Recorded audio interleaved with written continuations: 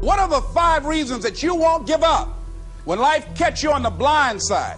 When the messenger of misery visits you, what are you going to do? What will keep you in the game when life knocks you to the canvas? Life's going to punch you right in the face. Life's going to fire you over and over again. You're going to be told you're not good enough. Your faith is going to be tested. Your family's going to look you in the eye and say, how do we get health insurance the next month? I don't know. But I know we're going to make it. You know who's going to bail you out? You know who's going to come and rescue you? You know who's going to come and save the day? No one. No one's going to come and do it for you. You're going to have to do it all yourself. See, the Buster Douglas that fought in the last fight was not the Buster Douglas that fought Mike Tyson. See, the Buster Douglas that got knocked down while fighting Mike Tyson had gotten out of an alcohol recovery center.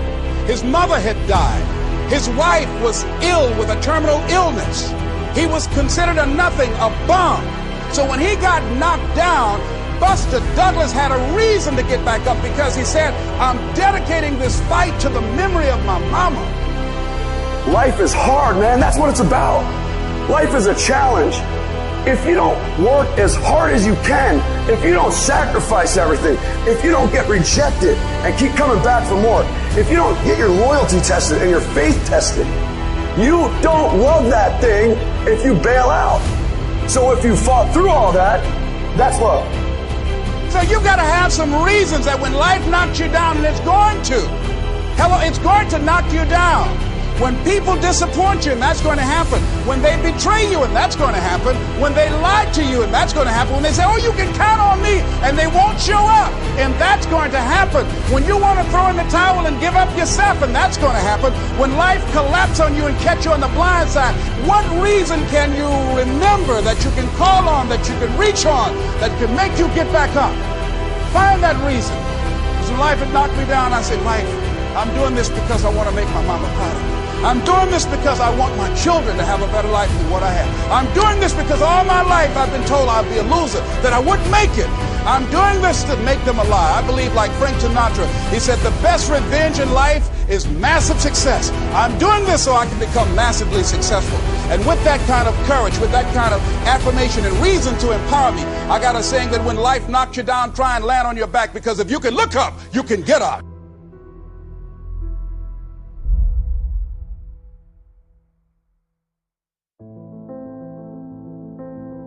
You don't have to be grim, but you do have to be serious. Hey, everybody hopes things will get better, but remember, the future does not get better by hope. It gets better by plan. And hope unaided by clear plans can finally become an illness. There's a Bible phrase that says, hope long delayed makes the heart sick. It's a sickness. I used to have the illness known as passive hope. It's bad. And there's one that is even worse, and that is called happy hope. That is really bad. The man is 50, and he's broke, and he's still smiling. That's bad. So get serious. Make plans. Put them on paper.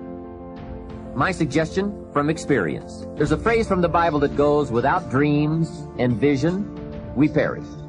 How true. Humans have this unique ability to aspire, to dream, to go for something, to become something.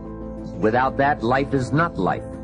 We must have dreams and never give up on our dreams. I'd like to share a few ways your use of time are affected by or influence the achievement of your goals. Have you ever thought that without some very clear written goals, you never even need to consider managing your time? Time essentials come from objectives well defined. Time can't be critical if objectives aren't defined. Now you might be one of those uniquely fortunate individuals who can keep all their objectives and purposes clearly defined in their minds and operate from that. But I wouldn't take the chance. Write your goals down and set careful priorities. Sometimes priorities are determined by the season. For a farmer in springtime, the season dictates his most important activities. During the spring, a farmer must work around the clock, burn the midnight oil, and keep the equipment running because he has only this small window of time for the planting of his crops. One of the difficulties of living in an industrialized society is the losing of the sense of seasons. When to pour it on, when to ease back, when to take advantage. It's easy to keep going from 9 to 5, year in and year out, and lose a natural sense of priorities and appropriate time. Don't let one year just blend into the next. Keep an eye on your own seasons, lest you lose track of values and substance. Part of setting priorities is learning to separate major activities from minor activities. This is a whole skill in itself, but once you have learned it, it will pay dividends you won't believe. So learn to put everything on your mental scales to be carefully weighed before you spend time or money. Of your sanity is socially distributed. And what I mean by that is, well, let's say that you know how to behave. You're well socialized. You can play with others. Now, I said already in this conversation, if you didn't learn to play with others between the time you were 2 and 4, you will never learn. And psychologists have beat their heads against the wall trying to rehabilitate antisocial children. They can't do it after the age of 4. Is that because areas of the brain just don't develop? Well, it seems to be partly because the kids fall farther and farther behind. So let's say you make the leap from egocentric dependence on your mother at 2 and 3 to immersion in a peer group.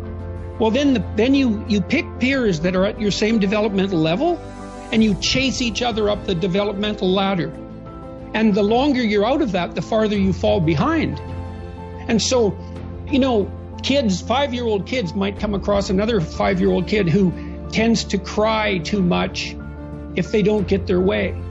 And they'll say, we don't want to play with the baby.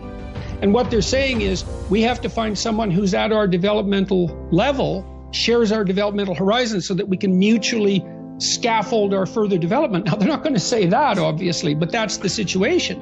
And kids test each other out when they first meet. So do adults. Game. Can you play? Are you playing at the same level as me? I'm playing my game at the level that will further my development. Can you play along with me?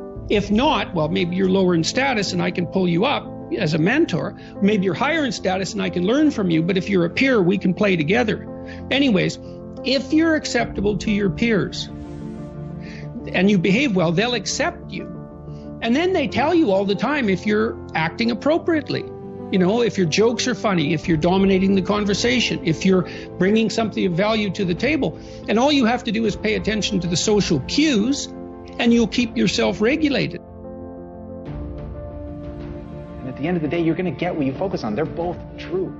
This is both the most amazing time that's ever happened, ever in recorded history. And yet real things that are terrifying are also happening.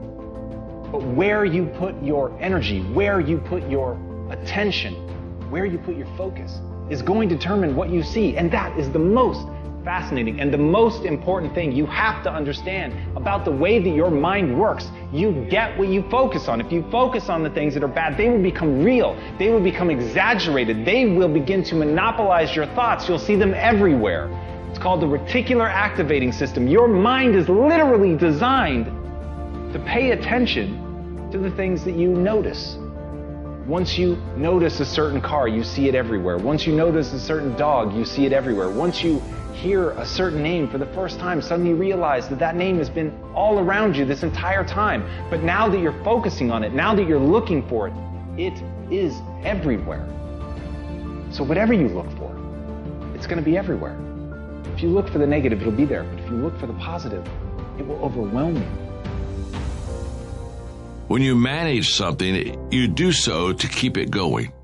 Well, you don't need to keep time going. You don't even need to watch it. You can be completely unaware of it. You can go to sleep. Doesn't matter. Time just continually moves. Doesn't need you. It doesn't need me. It just keeps moving.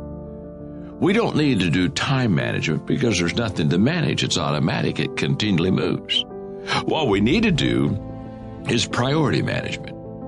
With the time that is continually slipping away from us, we need to manage our priorities to maximize the time we have. So don't manage your time, maximize your time. How? By doing the things that are the most important to do at that moment. Make every day your masterpiece. Know that your time is your greatest currency. Invest it wisely. Prioritize what fuels your growth and let distractions fade into the background. Every choice you make either builds your future or delays it. Own your decisions and move with purpose. If this video inspired you, like, share, and subscribe to Daily Stoic Insight. Unlock the power of vision, creativity, and unstoppable determination. Your journey starts now. Keep watching, keep maximizing, and keep prioritizing.